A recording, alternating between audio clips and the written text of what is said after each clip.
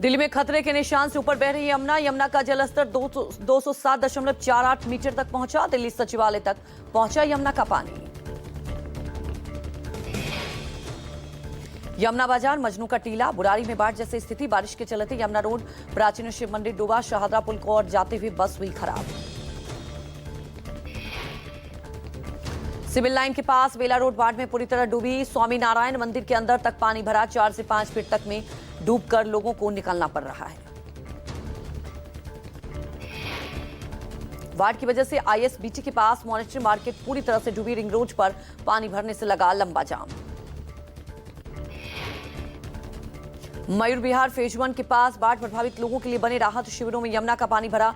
Nursery पुस्ते के पास से यमुना में फंसे जानवरों को किया जा रहा है रेस्क्यू। यमुना बाजार इलाके में यमुना किनारे के घरों में 6 से 7 फीट तक पानी भरा। मकान पानी में डूबे। रिलीफ कैंप में पानी में डूबे। अलीपुर इलाके में नेशनल हाईवे 44 पर फ्लाईओवर का एक हिस्सा धंसा। ऑटो का अगला हिस्सा गड्ढे में फंसा। घायल ऑटो ड्राइवर को अस्पताल में भर्ती कराया गया। पंजाब के 23 जिलों में बाढ़ का कहर जारी। 1655 गांव में 3 लाख से ज्यादा लोग प्रभावित। अब तक 35 से ज्यादा लोगों की मौत। एनडीआरएफ, एसडीआरएफ, सेना और पुलिस राहत कार्य में जुटी। हजारों लोगों को सुरक्षित स्थानों पर पहुंचाया जा रहा है। राज्य में सभी स्कूल, कॉलेज और यूनिवर्सिटी की छुट्टियां 3 सितंबर से बढ़ाकर 7 सितंबर तक कर दी गई हैं। रोपड़ के नंगल एरिया में भाखड़ा डैम का जलस्तर खतरे के निशान से महज 1 फीट दूर। लोगों को बचाने के लिए एनडीआरएफ ने युद्ध स्तर पर शुरू किया काम। कल भाखड़ा से जो पानी छोड़ा जा रहा था उसकी कैपेसिटी बढ़ाकर 65,000 से 75,000 क्यूसेक कर दी गई थी। सतलुज के किनारे रहने वाले लोगों को अलर्ट किया गया है। पटियाला के घनौर से गुजरने वाली नरवाना ब्रांच में बड़ी दरार। भारी तादाद में घग्गर दरिया का पानी नरवाना ब्रांच में मिलना शुरू हुआ है। बाढ़ प्रभावित इलाकों के दौरे पर अमृतसर पहुंचे केंद्रीय मंत्री शिवराज सिंह चौहान, राष्ट्रीय महासचिव तरुण चुग, केंद्रीय राज्य मंत्री रवनीत सिंह बिट्टू भी मौजूद रहे।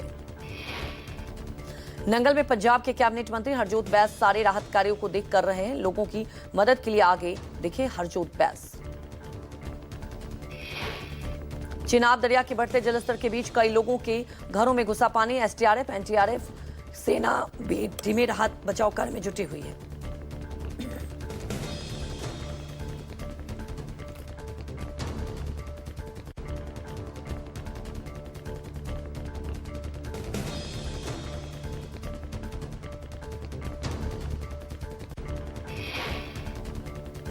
सिंधुदुर्ग को कोल्हापुर से जोड़ने वाले हाईवे पर भारी भूस्खलन। यातायात बंद। मलबे को हटाने का काम जारी।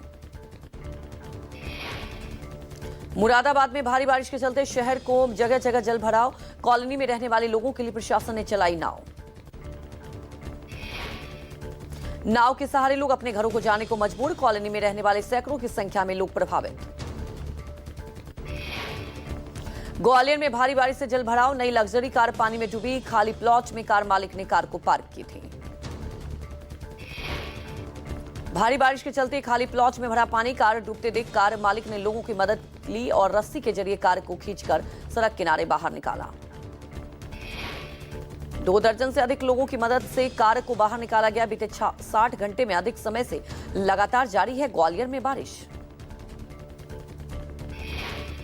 मुर्शिदाबाद के शमशेरगंज में फिर से गंगा का भयंकर कटाव। गंगा के कटाव की चपेट में कई घर और पास में लगे पेड़ गंगा नदी में समा गए।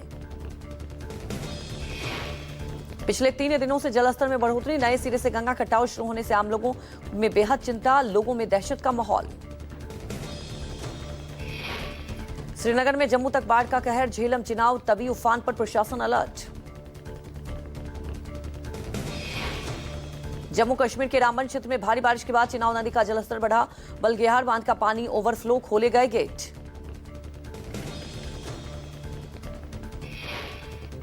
हिमाचल के कुल्लू में लैंडस्लाइड से हुआ भीषण हादसा। हकारा बाजार में भूस्खलन की चपेट में आने से 2 मकान ढहे।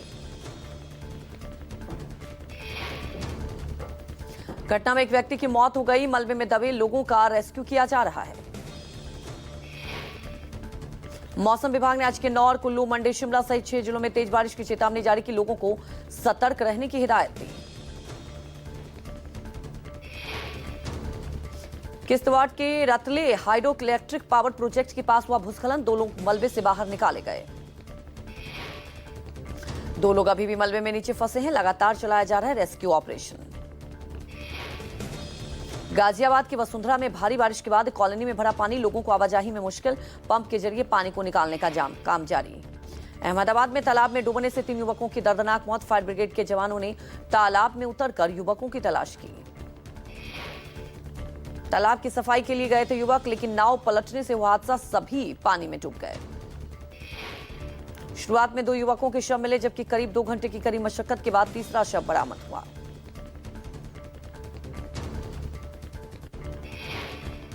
सहारनपुर में एक कार 11 फीट गहरे गड्ढे में समाई, कार में थे 5 लोग सवार, बाल बाल बची जान।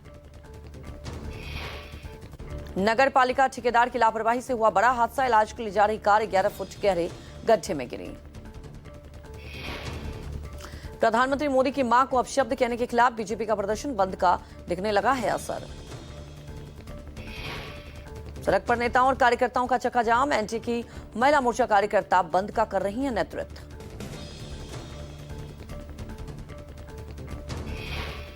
बिहार भाजपा अध्यक्ष दिलीप जायसवाल ने कहा, राहुल गांधी और तेजस्वी यादव देश से मांगे माफी, उनके मंच से प्रधानमंत्री मोदी की दिवंगत मां को कहे गए हैं अपशब्द। भाजपा सांसद रविशंकर प्रसाद का बयान, कहा यह बहुत शर्मनाक मामला, अगर हमारा दूर का कार्यकर्ता भी ऐसा करता तो हम कार्रवाई करते। बीजेपी ने आज 5 घंटे का बुलाया बंद, सुबह 7 बजे से करीब 12 बजे तक के लिए किया गया था बंद का ऐलान। जीएसटी काउंसिल ने 12% और 28% की दरों को घटाया, अब सिर्फ 2 टैक्स स्लैब 5% और 18% ही होंगे। जीएसटी की नई टैक्स दरें 22 सितंबर से प्रभावी हो जाएंगी। रोजमर्रा की ज्यादातर चीजों पर जीएसटी की दरों को कम किया गया है। रोटी पिज्जा पर जीएसटी टैक्स नहीं लगेगा, हेल्थ लाइफ इंश्योरेंस पर भी कोई टैक्स नहीं होगा। पीएम मोदी ने किया पोस्ट, कहा आम आदमी, किसान, महिलाओं और युवाओं को लाभ होगा, मध्यम वर्ग को होगा फायदा। दिल्ली बीजेपी प्रदेश अध्यक्ष वीरेंद्र सचदेवा की प्रतिक्रिया, कहा एक बार फिर पीएम मोदी ने अपना कहा करके दिखाया, घरेलू चीजें सस्ती हो गई हैं। कांग्रेस सीनियर लीडर जयराम रमेश ने किया ट्वीट, कहा कांग्रेस लंबे समय से जीएसटी 2.0 की करती रही है वकालत। जयराम रमेश ने कहा, प्रधानमंत्री ने 15 अगस्त के भाषण में ही इसके निर्णयों की घोषणा कर दी थी, क्या जीएसटी परिषद अब केवल एक औपचारिकता बनकर रह गई है। कांग्रेस अध्यक्ष मल्लिकार्जुन खड़गे का बयान, कहा लगभग 1 दशक से कांग्रेस जीएसटी के सरलीकरण की करती रही मांग, मोदी सरकार ने 1 नेशन 1 टैक्स को 1 नेशन नॉट टैक्स बना दिया था। खड़गे ने कहा कि सभी राज्यों को 2024 से 25 को आधार वर्ष मानकर 5 सालों की अवधि के लिए कॉम्पेंसेशन दिया जाए, क्योंकि दरों में कटौती से उनके राजस्व पर प्रतिकूल प्रभाव पड़ना तय है। पटना में देर रात भीषण हादसे में 5 युवकों की मौत, मसौढ़ी से पटना से आ रही तेज रफ्तार कार सीधे जाकर ट्रक में घुस गई। हादसा इतना भीषण था कि कार पूरी तरह से क्षतिग्रस्त हो गई और उसमें सवार सभी 5 युवकों की मौके पर मौत हो गई। बॉडी गैस कटर से काटकर निकाली गई। जयपुर से वाराणसी जा रही स्लीपर बस इटावा में NH-19 पर हुई हादसे का शिकार। 40 यात्रियों में 19 यात्री घायल यात्रियों में से 2 की हालत गंभीर, सफाई पीजीआई किया गया रेफर। यूपी के प्रतापगढ़ में नेशनल हाईवे पर अजगर निकालने से मची अफरा तफरी, लोगों ने कड़ी मशक्कत के बाद अजगर को रोड के किनारे किया। यूपी के सोनभद्र में पारिवारिक विवाद से परेशान युवक का हाई वोल्टेज ड्रामा, युवक ने बिजली के टावर पर चढ़कर दी आत्महत्या की धमकी। मौके पर पहुंची पुलिस ने युवक को समझा बुझाकर टावर से नीचे उतारा। पुलिस ने युवक के परिजनों को सौंपा। तेंदुए की चहलकदमी का वीडियो वायरल होने के बाद ग्रामीण दहशत में, गांव वालों ने मोबाइल कैमरे में कैद किया।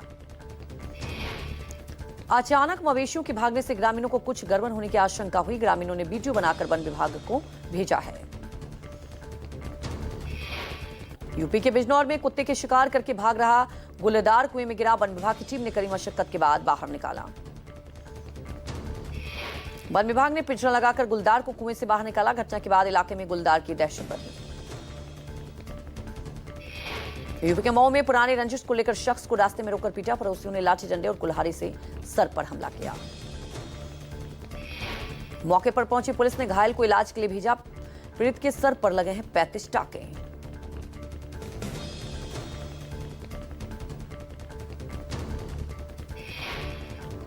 यूपी के जालौन में मारपीट और आगजनी का मुख्य आरोपी माजिद गिरफ्तार। 29 अगस्त को हुई मारपीट और आगजनी के बाद से फरार चल रहा था आरोपी माजिद के घर को बुलडोजर से किया गया जमींदोज। अब तक मामले में शामिल 7 आरोपी गिरफ्तार। यूपी चंदौली में चेकिंग के दौरान भारी मात्रा में कैश बरामद। बैग से बरामद हुआ